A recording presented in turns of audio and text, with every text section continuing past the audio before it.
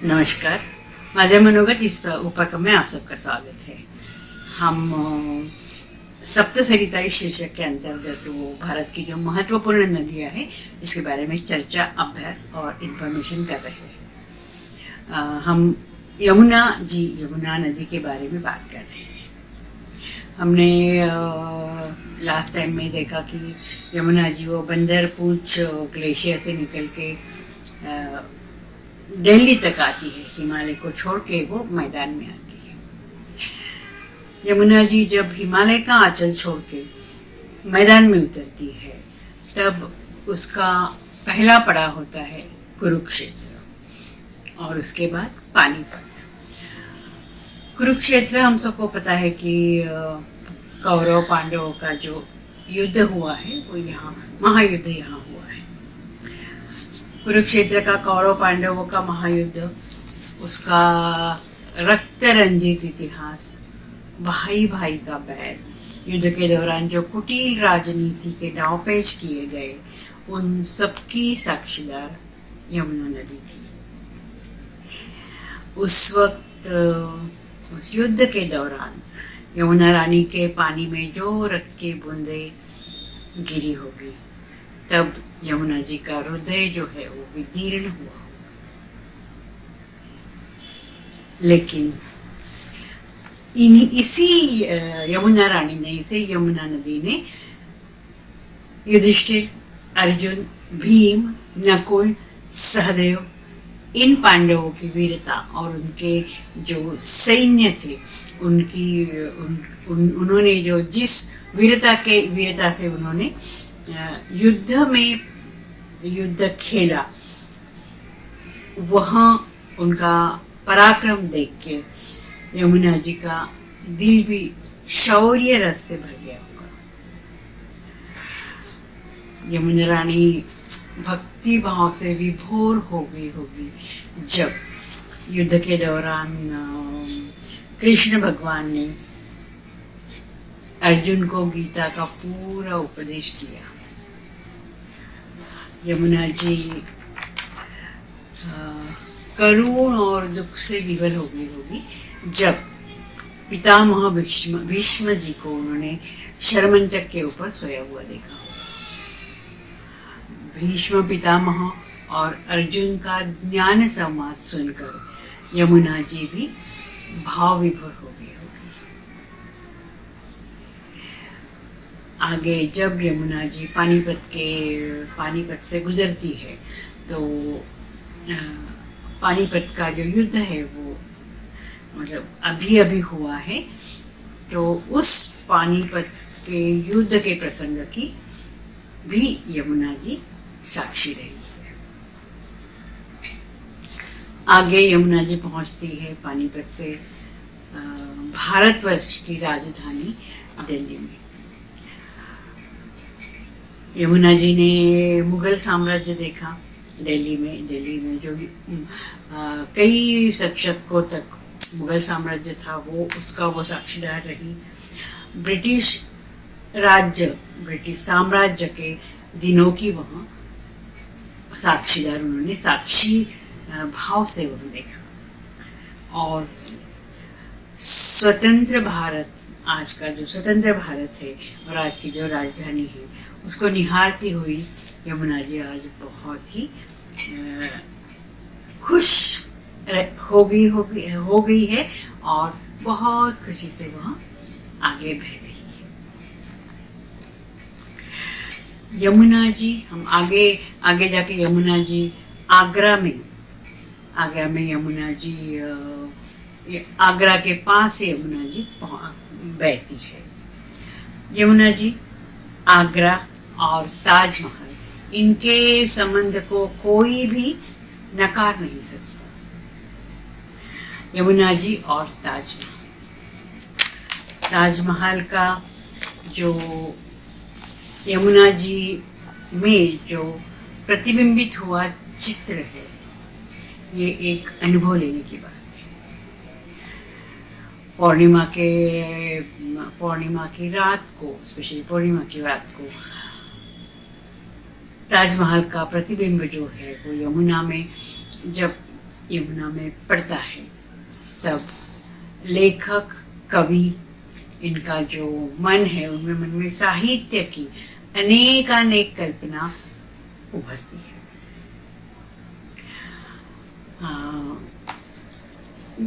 मुमताज महल की प्रेम की ये कहानी है। ये मुमताज महल के याद में सम्राट शाहजहां ने ताजमहल की निर्मित की। यहाँ ताजमहल की शोकांकिका है, या शाहजहां के जीवन की ये बहुत बड़ी शोकांकिका है कि उन्हें ताजमहल का जो प्रतिबिंब जो है, यमुना में जो प्रतिबिंब होता है, वह कारागृह से देखना पड़ा। शाहजहां के जो मन की जो पीड़ा है, जो दुख है, वह हम समझ सकते हैं। यमुना जी और ताजमहल, इनका जो एक अटूट संबंध है, एकदम यमुना के किनारे ही ताजमहल है, तो उसको देख के कवियों की कल्पना जो है वह आकाश में वो उभरती है, और उस कल्पना के कल्पना से बहुत सारे काव्य, साहित्य, लेखन की रचना हुई है। हमारे जो क्या कहेंगे, आजकल तो अभी तो हम बॉलीवुड कहेंगे, लेकिन वो हमारी जो सिने सृष्टि है, उनको भी ये यमुना जी और ताजमहल दोनों ने आकर्षित किया, और काफी सारे उसमें रचनाएं बनी, काफी सारे उसमें कलाकृति आ गई है। आगे यमुना जी आगे चल के आती है हमारे श्री कृष्ण भगवान के सानिध्य में, व्रज भूमि। उसको ब्रज भी कहते हैं, बट बेसिकली व्रज जो है, व्रज जो है वो प्रॉपर शब्द है।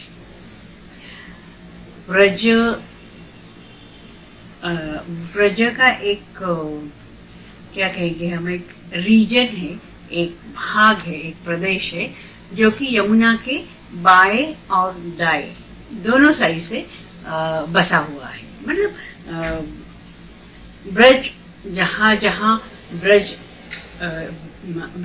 की नगरों की रचना की है, वो यमुना के किनारे ही है।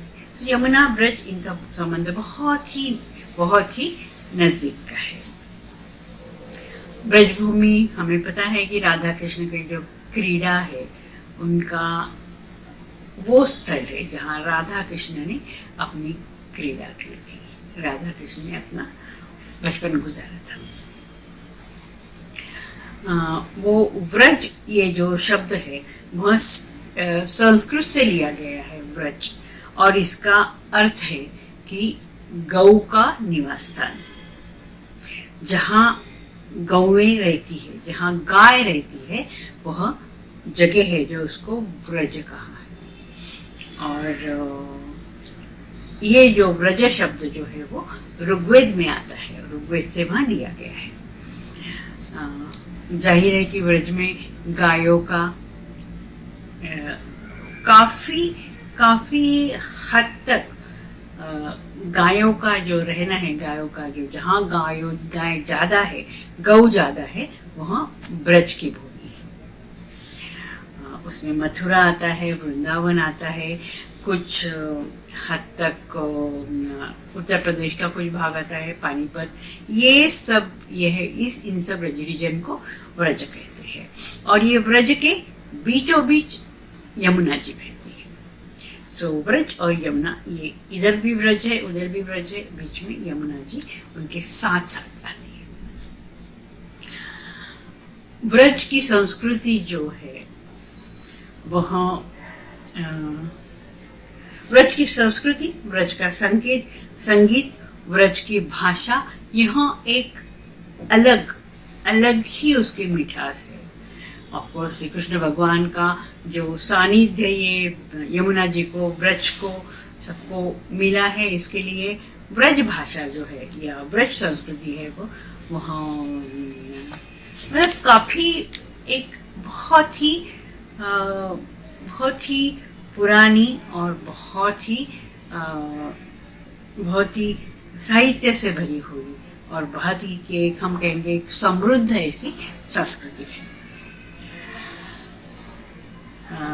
यहाँ ऑफकोर्स यहाँ ब्रज और यमुना और श्री कृष्ण, इनका संबंध तो हम सबको पता है।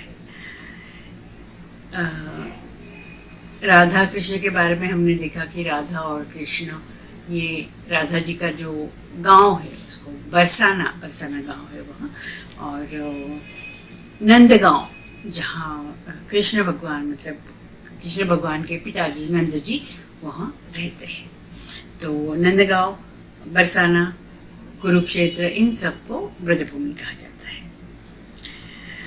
यमुना नदी, हमारी यमुना रानी, उनका और श्री कृष्ण भगवान का जो संबंध है, बस कृष्ण जी का जन्म ही हुआ था तब से वहाँ यमुना जी के मतलब यमुना जी के पानी जो था वहाँ जो नवजात शिशु थे तभी वो पानी उनके वो पानी का उनका यमुना जी और उनका काफ़ी अच्छा संबंध है। अच्छा मतलब बहुत ही, उसको क्या कहेंगे, पवित्र कहेंगे, या यमुना जी ने जिस तरह से श्री कृष्ण भगवान को रास्ता दिया वो हम देखेंगे अभी वहाँ।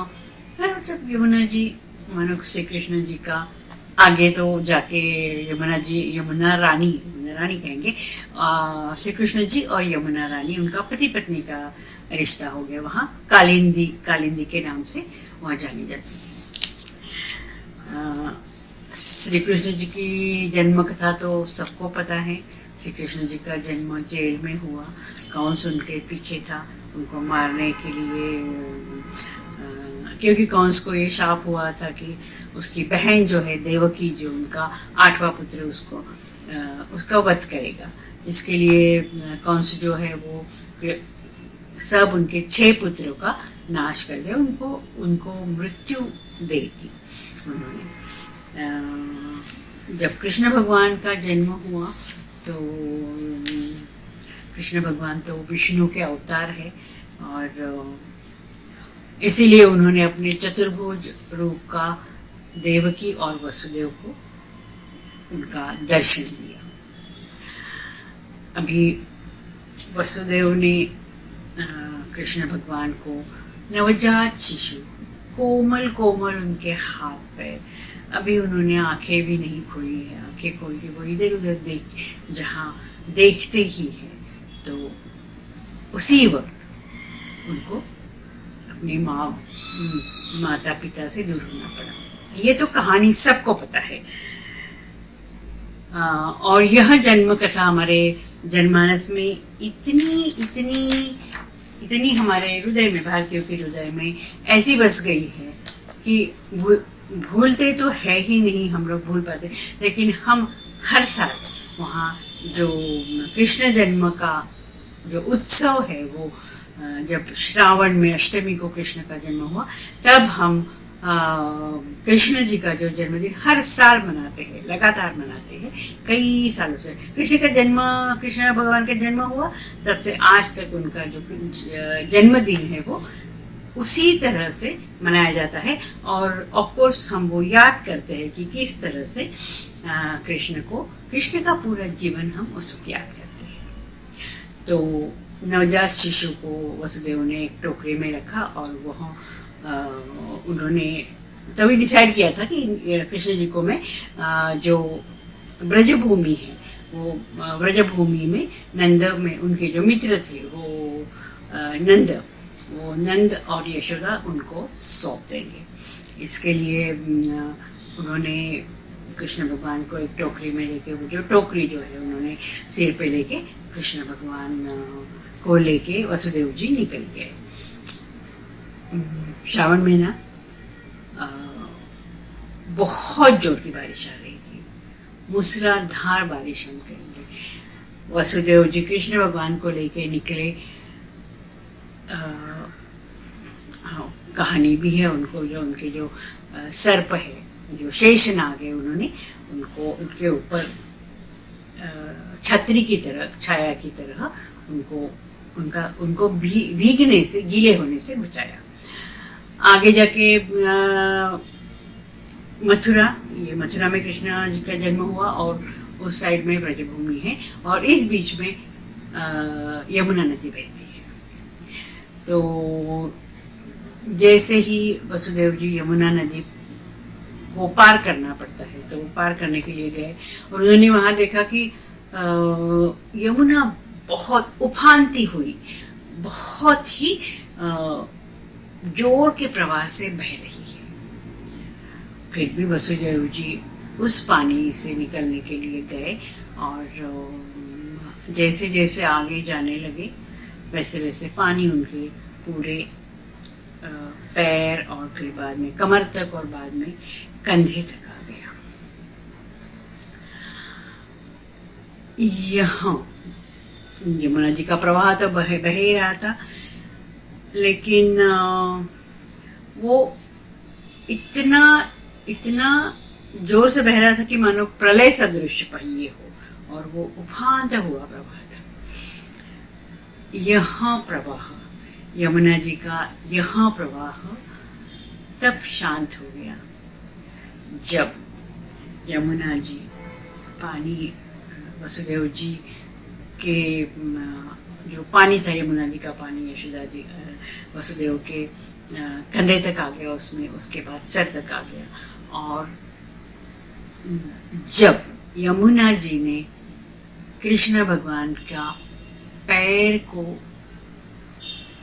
छुआ, उनके पैर को, वो बाल कृष्ण, वो टोकरी में जो सोए थे, उनके पैर को स्पर्श हो गया और वो यमुना जो उफानती हुई बहना एकदम से शांत हो गई और उन्होंने अपना जो प्रवाह है उसमें भगवान को रास्ता दे दिया। ये यमुना जी का, कृष्ण भगवान का पहला, हम कहेंगे कि पहला साक्षात्कार है। पहले एक दूसरे से वो मिले हैं। कृष्ण भगवान यमुना तीर ब्रजभूमि में पहुंच गए। यहाँ वृंदावन, ब्रजभूमि और मेनली यमुना तीर, यहाँ भगवान श्री कृष्ण की तो क्रीड़ा भूमि है। यमुना जी ने कृष्ण भगवान को अपना सानिध्य दिया। जैसे जैसे उनका हर एक, उनके उम्र के एक एक स्टेज में यमुना जी ने भगवान को जो प्रेम दिया, जो प्यार दिया, वो हम भागवत सुनेंगे, भागवत महापुराण, उसके 10वें स्कंध में यमुना जी के बारे में, कृष्ण जी के बारे में बहुत सुंदर वर्णन किया है। यमुना जी में ही कालिया मर्दन जैसी युद्ध लीला यमुना जी के ही पात्र में, यमुना जी के ही जन्म में हुई।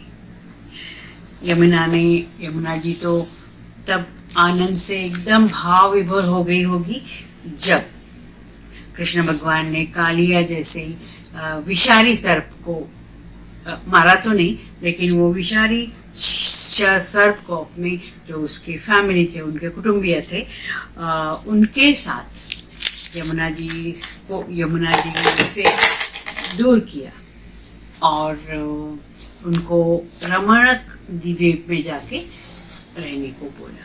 तो यमुना जी का जो ये एक, जैसे कालिया उनके पानी में रहता था, वो एक बहुत संकट दूर हुआ और यमुना जी को संकट कृष्ण भगवान ने दूर किया। यमुना जी ने कृष्ण जी का जो पूरा उनका जो शैशव है, बचपन से लेके शैशव तक पूरी उनकी क्रीड़ा है। देखिए उन्होंने भगवान को अपने गोप जो मित्र है उनके साथ कंदुक बॉल खेलते हुए उन्हें यमुना जी निहारती रहती होगी। यमुना जी का जो मन है वो उनकी क्रीड़ा, वो कंदुक क्रीड़ा यमुना जी ने देखे तो उनका जो मन जो है आनंद से भरा होगा और उनके आंखों में आनंदाश्रु आ गए होंगे। जब यमुना जी के किनारे ही श्री कृष्ण भगवान ने शरद पूर्णिमा की शुभ रात्रि को गोपियों के साथ जो महारास रचा था, वो देखिए यमुना जी का हृदय भी प्रीति और प्रेम से भर गया होगा। क्या पता उन गोपियों में कोई एक गोपी होगी जिसका नाम यमुना होगा, हो सकता है। यमुना जी ने जब भगवान श्री कृष्ण जी की प्रणय बांसुरी सुनी तो उनके मन की जो अवस्था है, जो शब्दातीत हो गई वो वर्णन करने के लिए शब्द नहीं है। और उन्होंने भी अपना जो कलर बचा था, जो उनके पानी का जो सूर था, वो भी श्री कृष्ण भगवान के बांसुरी के सुर में मिला दिया होगा। और जो अद्भुत, जो पवित्र, जो प्यार भरा, जो प्रीति से भरा वो जो संगीत उसमें से उभरा होगा या निर्मित हुआ होगा, तो उसका तो क्या कहना। अभी यमुना जी अब जैसे ही ब्रजभूमि से आगे निकल गई, वहां अधीर हो गई है, क्योंकि कई दिन हो गए, कई वहां जगह हो गई कि जब यमुना जी को अपनी जो बहन है, अपनी जो जुड़वा बहन है गंगा, उसका दर्शन नहीं हुआ। यमुना जी बहती चली गई, उनको, यमुना जी को कहीं एहसास हो गया कि मेरी जो बहन है, छोटी बहन है, वह आसपास ही है। और उनको यमुना, गंगा जी को मिलने का जो एक अधीरता है वो बहुत उभर के आ गई। और वह गंगा जी से मिलने के लिए ऐसे जोर से दौड़ी, इतनी जोर से दौड़ी कि सीधे प्रयागराज में वह गंगा जी के गले मिली।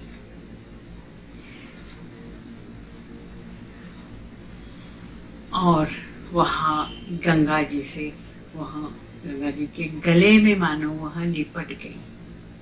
और उनका जो संगम है, वहाँ दोनों बहनों का आनंद, जो उन्माद, जोश, उल्लास, इतना उनका जोश था कि उनको यकीन नहीं हो रहा था। यमुना जी को भी यकीन नहीं हो रहा था, अरे मुझे मेरी जुड़वा बहन जो हिमालय से निकली है, जहाँ से मेरा भी उगम हुआ है, हम दोनों एक ही जगह से निकली है, तो हमारा यहाँ मिलन इतनी दूर आके प्रयागराज में हुआ।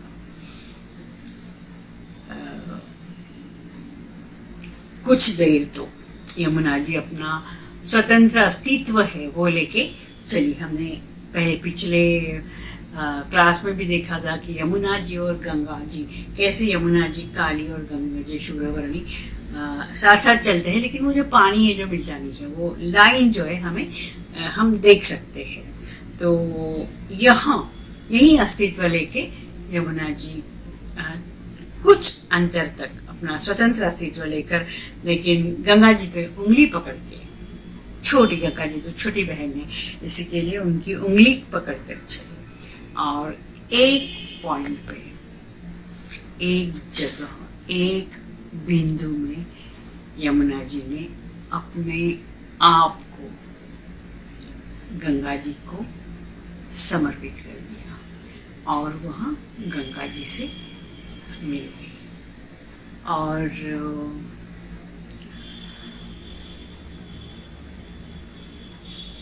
मिलने के बाद वह गंगा जी से इतनी एकरूप हो गई है, एकरूप हो गई थी कि आगे यमुना जी का कहीं नाम भी नहीं है, यमुना जी का कहीं अस्तित्व भी नहीं है। वह अपना जो पूरा जो हिमालय से जो पानी आता है वह गंगा जी में मिला दिया और आगे वह अपनी छोटी बहन गंगा के नाम से जानी गई। यमुना जी का बाद में नाम ही नहीं है। सो यहाँ अपना जीवन, अपना जो अस्तित्व है उन्होंने गंगा जी को समर्पित कर दिया। End of course Ganga ji को समर्पित करने के बाद वह तो मतलब गंगा जी की तरह ही पवित्र हो गई है। दोनों बहनों में यमुना जी बड़ी है, वह प्रौढ़ और गंभीर, कृष्णवर्णी और भामिनी है, मानिनी है।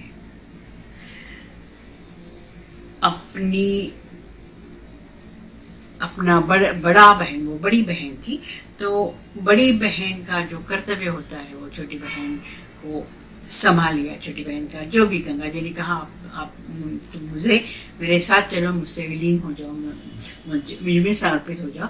तो ये छोटी बहन की जो इच्छा थी वो पूरी करके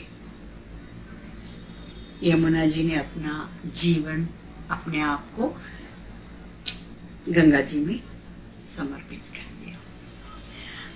और ये समर्पित जीवन उनका मतलब उनको आगे पवित्रता तो मिली ही, लेकिन यहाँ जो यमुना जी है, यमुना जी वह यमुना रानी, हम उनको यमुना रानी कहेंगे। कृष्ण भगवान की भी रानी है। तो यहाँ यमुना रानी ने अपना जो जीवन जो है वहाँ बदरपुछ ग्लेशियर से प्रयागराज तक उतना ही अपना जो जीवन है उतना स्वतंत्र रूप से जिया। उसके बाद तो गंगा जी के साथ वो अपना बहुत खुशी से और बहुत ही समर्पित मन से वो गंगा जी के साथ आगे गंगा सागर तक गई है। यहाँ गंगा जी है, बहुत ही उस गंगा जी में एक पवित्र नदी कही है, बहुत पवित्रता यमुना जी में थी। ऐसी यमुना जी की पूरी इंफॉर्मेशन है, अभ्यास है, चर्चा है, स्टोरी है। आज हम यही रुकेंगे। अगले क्लास में हम अगली जो नदी है सरस्वती, उसके बारे में चर्चा करेंगे। नमस्कार।